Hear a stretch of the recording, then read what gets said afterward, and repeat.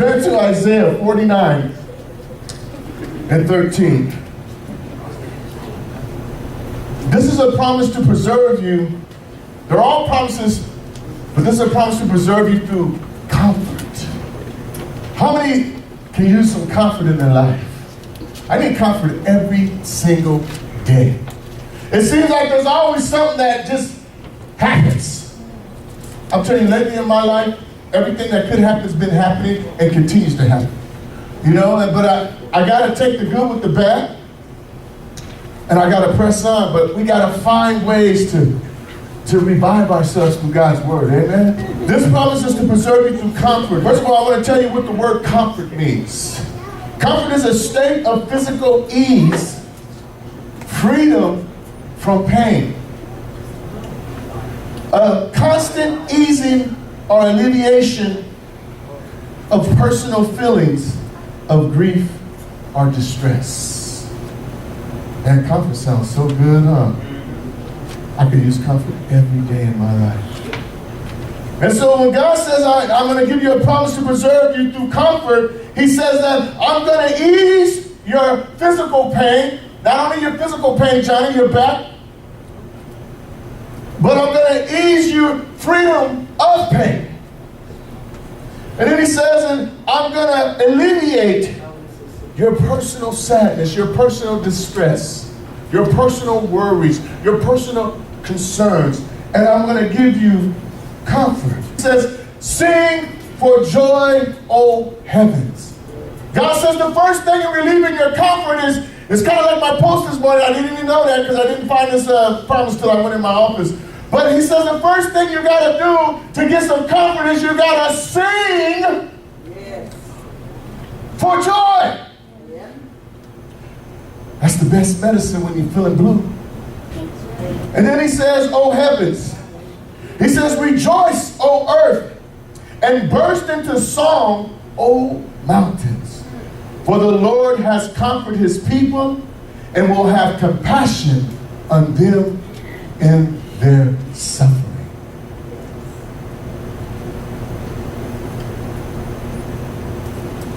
Compassion means concerns for our sufferings and misfortunes. Guys, God promises you that he'll comfort you. But all you gotta do is sing, rejoice, and burst into a song. And there he'll come. It's his promise. I used to hear preachers preach all the time when you feeling down, worship God. When you're feeling blue and sad, worship God. When you're in pain, worship God. That's our comfort. God's promise that when you sing, when you shout, when you worship him, he'll come and comfort you. He says, I'll ease your pain. He didn't say, I'll take it all away and you'll never feel it again. But for that moment, I'll ease it for you. I'll come in the room and make a presence with you, and you'll know that I'm there for that moment. It doesn't mean that when we roll back to our regular walk with God and we stumble again, God says, call on me again, and no wise will I not rescue you. It's a continual thing. Don't just do it one time. Do it all the time. All the time. Amen? Let's finish up our series. And I'm determined to finish this series today. We're talking about the ending of the series. We talked about being honest with God. We talked about obedience and love. We're talking about becoming a friend of God. And now we talked about there's three things when I started the sermon that you needed. Desire, time, and energy. Desire, time, and energy. And so now we've explained it all of how to become a friend of God. I spent 8 sermons on teaching you this. And all I ask is this, is that you grow a little bit. That's it. That you learn one thing that you didn't know before about becoming a friend of God. And that you try to walk in that one thing that you have learned. One thing. And run with it. And then next time you come around, you can take 2 things. And then the next time, 3 things. And it's a slow progression of building your relationship with God until you become a friend of God. But one of the most important things about becoming a friend of God, you have the most important thing about everything that we said, obedience and honesty and energy, the very most important of everything we spoke is desire. You have to desire God. I thought it's so fitting to end with the most powerful one. See, we can go through all the motions of life, but if you don't desire to become God's friend, you'll never get there. You can give him all your time and all your energy, but have no desire. So if you give it time and energy, it's just going through the motions. It's just works without faith. It's just doing the do. But you have the desire. The desire brings the intimacy. The desire. When you make love to your wife, you desire her. When you make love to your husband, you desire him. That same desire is the root of everything. When you establish that you're going to have an everlasting covenant friendship with your friend, you desire that. And then we desire the other things. The things that are no good for us. But we still desire them, don't we? So see, the desire is the root of everything. Your desire can be for God or it can be for the world. But it can't be for both. You'll love one and hate the other. Maybe I don't want to love them both. You'll love one or hate the other. But why can I share them? You'll love one or hate the other. That's why. That's why. You'll love one or hate the other. So you can't serve two masters. So what is your desire? Pastor spent 8 weeks preaching, becoming a friend of God.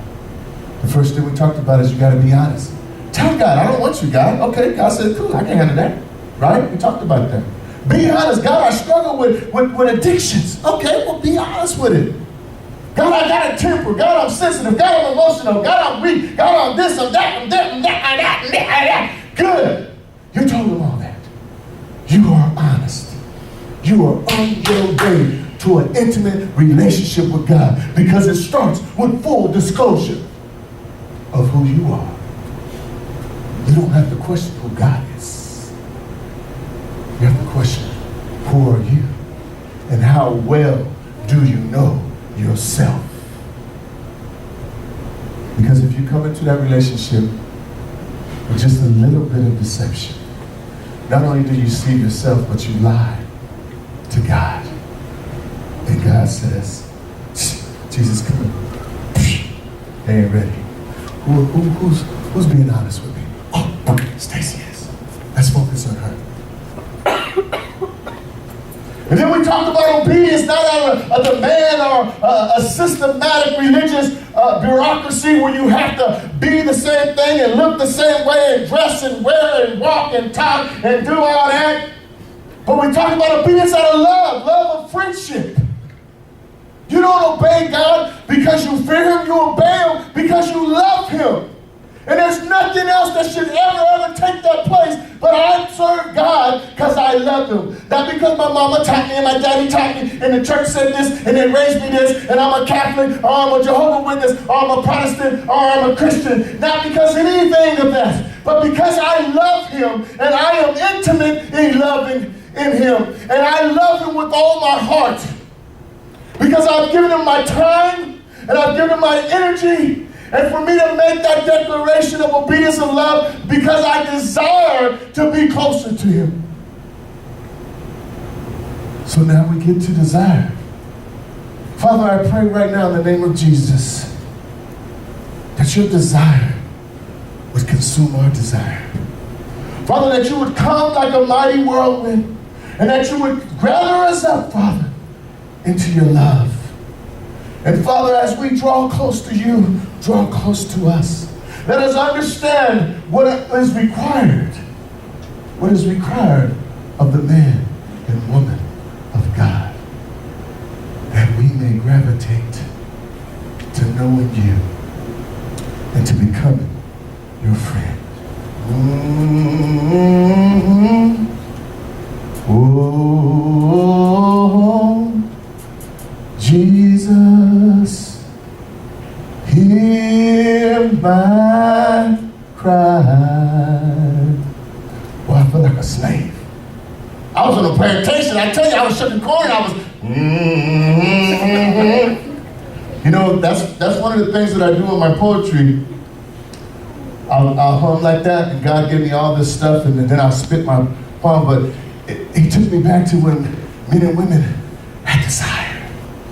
Oh, see, that's for my soul. It comes from here. Oh, I desire. When you can begin to feel that inside of you, you want God to feel that. Oh, it's not hype. It ain't charisma. Oh, you gonna tell a slave that was being whipped and shucking corn that was charisma? That was a soul crying out to God. And so I said, God, I want to feel that. I want to feel what they felt when they didn't have nowhere to turn to, when they was abused and misused, but they desired you in the midst of their pain. I guess they were doing like the promise, singing a joyful song in their miserable state. Oh, when we desire friendship more than anything else, when we desire friendship, David was always using words to describe his desire for God, like longing, which is a yearning desire. Yearning, thirsting, hungering, strong desire or craving. Desire is this: it is an astonishing feeling of wanting to have something. Desire. Oh man, as I grew up, I had so many desires.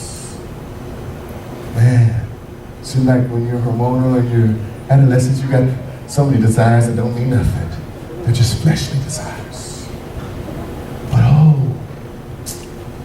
taste and see when you get that spiritual desire, that hunger, that yearning, that thirsting. That's what David was talking about. When you begin to desire God more than you desire the things of the flesh. But it's only our nature that we want to hold on to everything of the flesh because it's our comfort.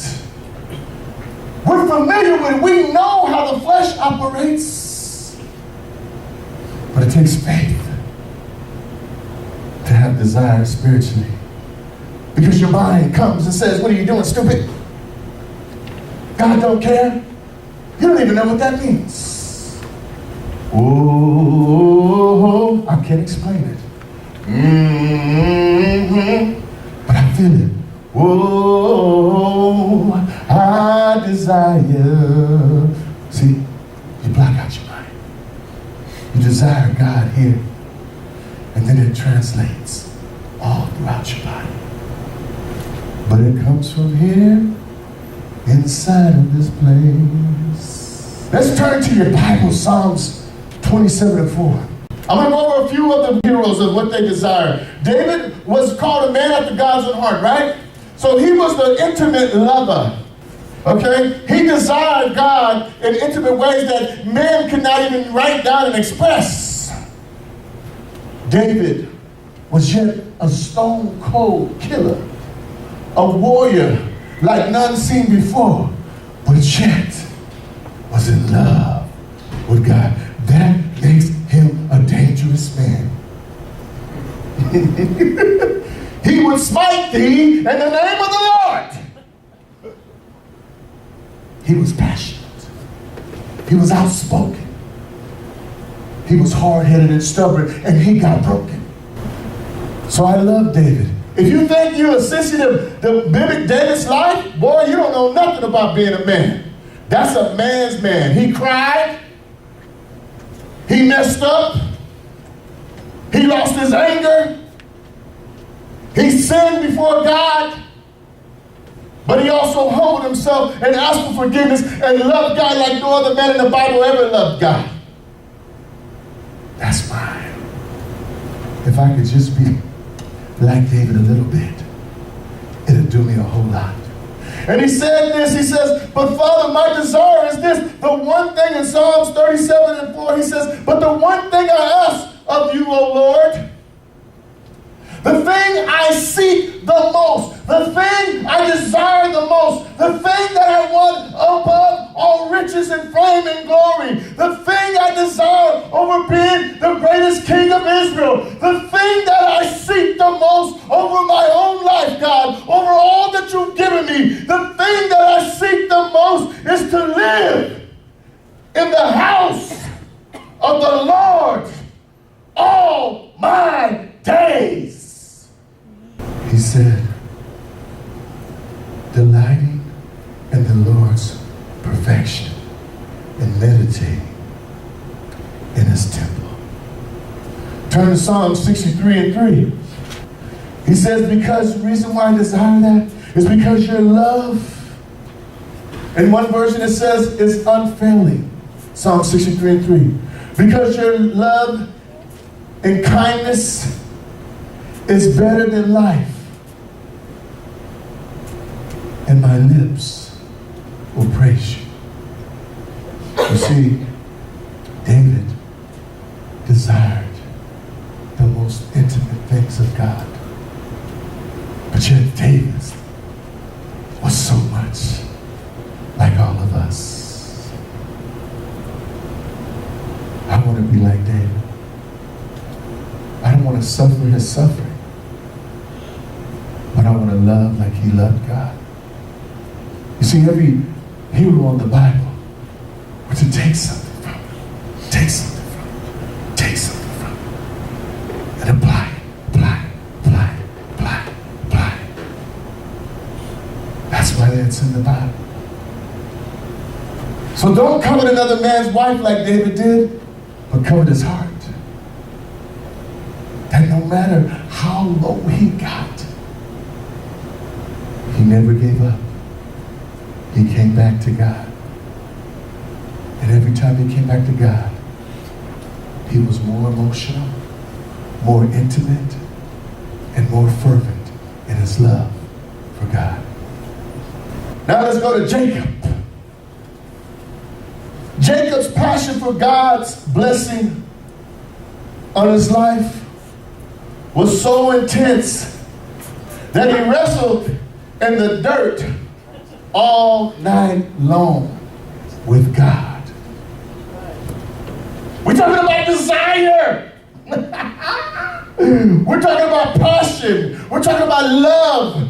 We're talking about those silly things, silly men, silly women. We're talking about the simple stuff. We're not talking about big old, out of this world, unimaginable things. We're talking about itty bitty, simple things that even a babe can understand. Desire. Where's your desire for God? We're not talking about you got to be perfect to have desire. We're talking about you have to be broken to have desire. Oh, then that fits right on my street. Because I see like I'm broken every other week. But I still have desire. My pain is my passion. And my passion was forged with pain. You cried all night long. But guess what it did? It made you strong. You cried all night long. But guess what it did? It made you strong. Your pain is your passion. And your passion was forged through pain. Turn to Genesis 32, verse 22. It says, during the night, Jacob got up and took his 2 wives, his 2 servants' wives, and his 11 sons. Benjamin wasn't born yet. And he crossed Jabbok River with them. And after taking them to the other side, he sent over all his possessions. This left Jacob all alone in the camp. all alone in the camp. Seemed like God said he needs some comfort. Let me go visit my servant. And he said this, and he says, and he left Jacob all alone in the camp. And a man came and wrestled with him until dawn began to break. And when the man saw that he would not win the match, he touched Jacob's hip and wrenched it out of socket. Then the man said, let me go, for dawn is breaking. But Jacob said, I will not let you go. I will not let you go. I will not let you go until you bless me.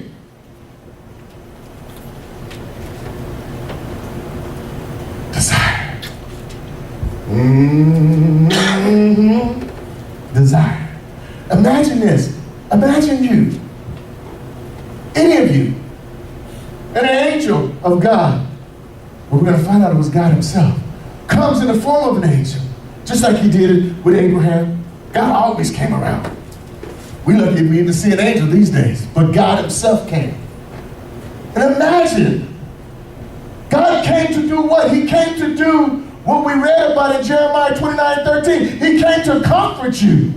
I imagine when Jacob, for the first time in his life, he was all alone. His 11 sons, his 4 wives, and he had taken everything he had and crossed it over to a river, and he came back and he waited. And I imagine that he was alone and he needed some comfort, and God probably sensed his fear. Or God said, this is a time where I want to be intimate. Let me go speak to him now that he's by himself, because God had a promise for him. God had a word for him. So God had to have him alone so he could speak to him. And so imagine this. When God showed up at nighttime, it said that he stayed to the break of dawn. And he said, let me go. And Jacob says, no, I've enjoyed this time, God. No, I don't want to leave. No, I don't care that the sun's coming up. No, I don't care who sees you. I want you to bless me. What did he want? What did he want? He wanted to be intimate with God like no other man has. So he wrestled with him in the dirt all night long. Tumbleweeds and dirt and stickers and mud. And he said, And he wrestled like you would wrestle with your kids or your friend, and you rolled on the ground like a bear, and you're wrestling all night long, hours. And then God says, okay, silly dude, let me go. And he says, no. Now he's demanding something from the Most High. I imagine, did he care about his death? Did he care about his life being taken? No. All he desired was something that no man has ever had in this capacity. And he goes on to say that, I will not let you go, God. Oh, Father, help us. Help us to never let you go. Help us to have that desire to hold on to you through the good and the bad, and the happy and sad. That we won't relinquish our love and our desire for you until you bless us. Until you tell us, I know. I love you too. I know. I love you too. I know. I love you too. See, what Jacob wanted was to hear God tell him, I love you too, Jacob. With the same desire you love me with. And so Jacob, the angel of God, said, what is your name? And the man asked him and replied, and Jacob said, Jacob. He said, your name will no longer be Jacob. The man told him, and from now on you will be called Israel, because you have fought with God and with man and have won. And then he goes on, and Jacob says this, he says, for I said, I have seen God's face, yet my life has been spared. The amazing part of the story is God, who is all powerful, let Jacob win. God, who's all powerful, will let you win too. But if you don't have that desire, that angel wouldn't have been there that long. If he didn't have that desire, God would have never shown up. But God knows our heart. And I imagine what's not told in the scripture is Jacob probably cried out to God once he was by himself.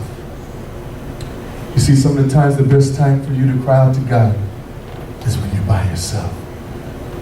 Don't get caught up on the physical part of the story. Look at the spiritual. Jacob was alone. God showed up. Get yourself to a quiet spot, alone, and ask God to show up. And he will. Desire. God loves us. We're passionate with him. He loves our passion. He wasn't offended that Jacob, like Moses, wanted more of him. He was honored that Jacob wanted a personal, intimate moment with God. Sometimes in our walk, we need a personal, intimate moment with God. Sometimes if we can just have a personal, intimate moment with God, it will do so much for us. So how do you get that personal, intimate moment with God? Well, you got to get alone for a moment. And you got to desire God in that moment that you're alone. Not the desire that I wish I had a husband. I wish I had a sandwich too, God, I'm hungry. Where nothing else, no food, no other humanly need is important. You're fed, you're full. You're looking for something spiritual. Not something natural. Something spiritual. And that's when you cry out to God. I remember being in the Navy, and it was in the Persian Gulf, and I was married to Lori, and they had a church, and things were happening in the spirit that was moving all along the church in Pentecost, and the things would fall down, and the anointing would come, and people would get slain, or people would laugh, or people would have all these moments. And you know, everything that I learned about God, I learned on my own. I was alone in the middle of the reefer deck, in the middle of the Persian Gulf, locked in my reefer deck. I was a jack of the dust, so I held all the provisions. And as they would order the food, I'd sit up. So that was my church. That's where I would hold Bible studies. That's where I would battle demons. That's where I would be with God. And I remember one time when I was telling my friend about the testimony, how the angel took my wallet. I remember that in that same reefer deck, in that same moment, I desired to know what was going on. And God sent that same angel, and he touched us simultaneously as I told the story on each of our shoulders. And that friend said, Mike, do you think that was an angel? And I said, no, Gory. It was an angel. And he says, I know he's touching me on my shoulder too. And I'm telling you, in those times that I was alone in the middle of the Gulf, and I didn't have nobody, I was longing for the church, and I was missing what was going on. And I used to pray, God, I want to know, what is your movement now? And God would come to me. And I remember one time, I was reading the stories of how everybody got slain, and they were laughing and laughing for a long time. And I was like, man, that's BS. I don't believe that crap. And I set up my can of number 6 beans, and I sat there with my 30 stack, and I was pouting. But I was alone, see, and I desired something from God in that moment. And I believe that in those reefer deck moments, in those Persian Gulf moments, God began to shape me. God began to make me a strong man of God. That's my most intimate moments with God. And I long to be back in those days. But I was isolated. It seems like when you love God and you go away, God is there with you. Ben, you can relate to that on being on your last tour. It seemed like God came and he visits you. Those that have ever been away, Ryan, alone, God comes and visits you if you desire him to. And I remember I was pouting and said, God, I want to feel that thing that they're doing in those Pentecost churches and stuff.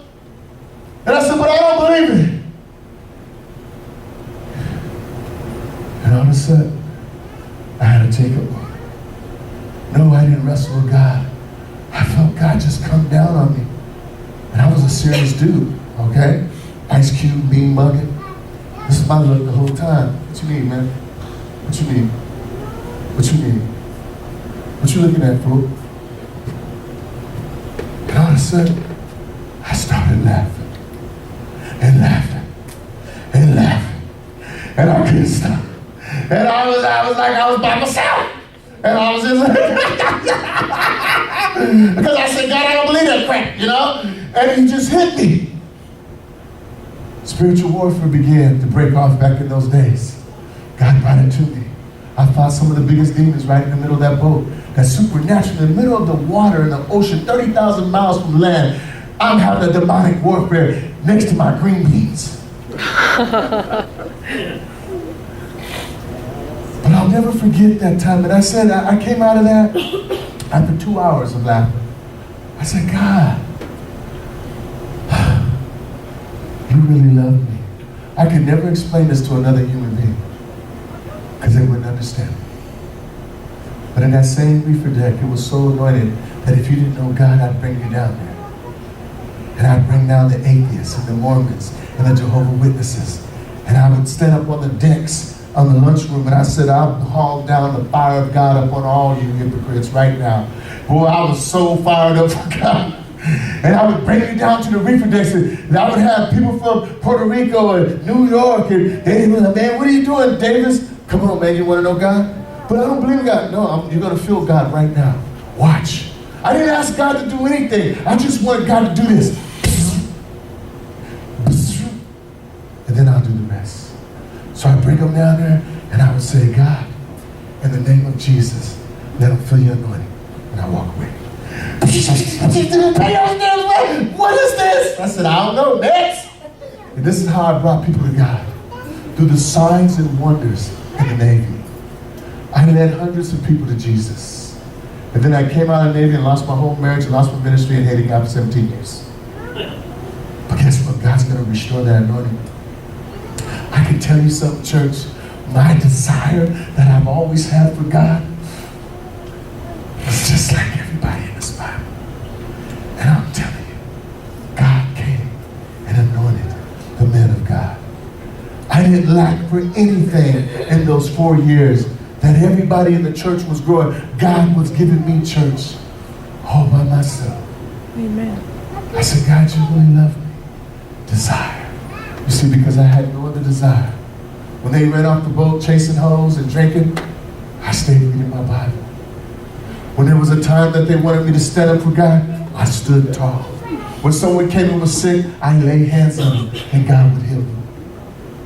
There was miracles happening on DD 978 in the bottom of the reefer deck. It was our little Azusa Street. But the only reason it happened, guys, I desired God in the midst of that service. Amen.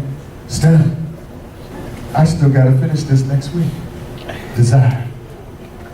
I figured if all of them took me 3 and 4 sermons, why did I think I could do this one part in one sermon? It never happens. I got to go into Paul and Moses. I got so much more, guys, to show you about. Desire. What's your desire? What's your desire for God? Time. You gave him time. You came today. You gave him your energy because you got out of bed and you got dressed. And for some of you flappers, you put on makeup for 1 hour. But now we just need the icing on the cake, huh? Desire. You see, along with all that time and energy and looking beautiful, you need desire. What did you do all that for today to not have any desire for God today?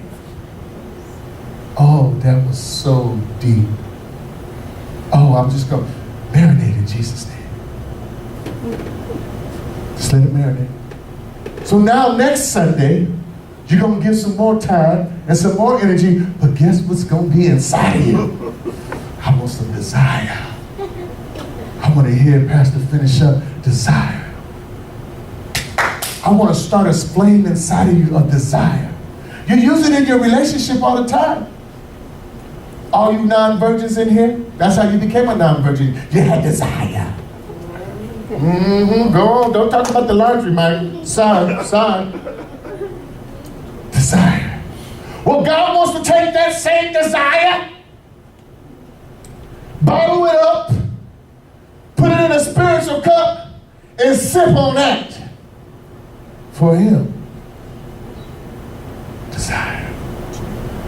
Do you desire God like you desire the world? Man, I'm telling you, I ain't lying. This is true. That was written thousands of years ago. I'm telling you what happened to me. God came and visited me every time I was alone because I desired it. And he came with supernatural touchings and healings and miracles for me. And I wrestled with God until he blessed me. And every time we had that intimate moment, my desire for him held me through those 17 years of hating him, because all I wanted was to be back in that place where I first knew God. Some of us, and we're going to get to it in part 2, have lost our desires. But I got a solution. We can get it back. Don't be on one date with me now, one night stand. Please come back and get the rest of this. Because there is nothing more important that you need than any of this series of becoming a friend of God. Beyond time and energy, the most important ingredient is like sugar for the Kool-Aid. It's like milk for the cereal. Okay? It's like oil for the car. You need desire. You know why you can relate to desire? Because every stinking day of your life, you are desiring something. I don't care if it's a double cheeseburger for In-N-Out that's in Arizona. You still dream about it. Oh, I wish I had it In-N-Out right now. How do I know? Because I do the same thing. We desire our favorite food all day long, don't we? Give me that fix. Listen, the definition of desire is still the same. It didn't change. I want you guys to go home with joy. Gravitate to desiring God in a way you've not known. For only one purpose only. One purpose only. To become a friend of God's. God, doesn't that sound like a fairy tale loving story? Wouldn't it be so easy if we could just go like Bewitched, chicka chicka chick, and we already there? But we can't. We're in the real world. We have to fight and struggle to maintain our desire.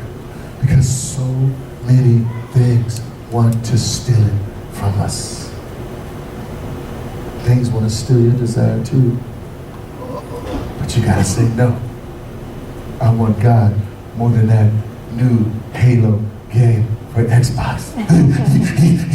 Every time you have the desire moment, every time you can relate to it in the natural, I want you to know what it feels like. Because I want you to take that feeling and I want you to apply it to wanting God.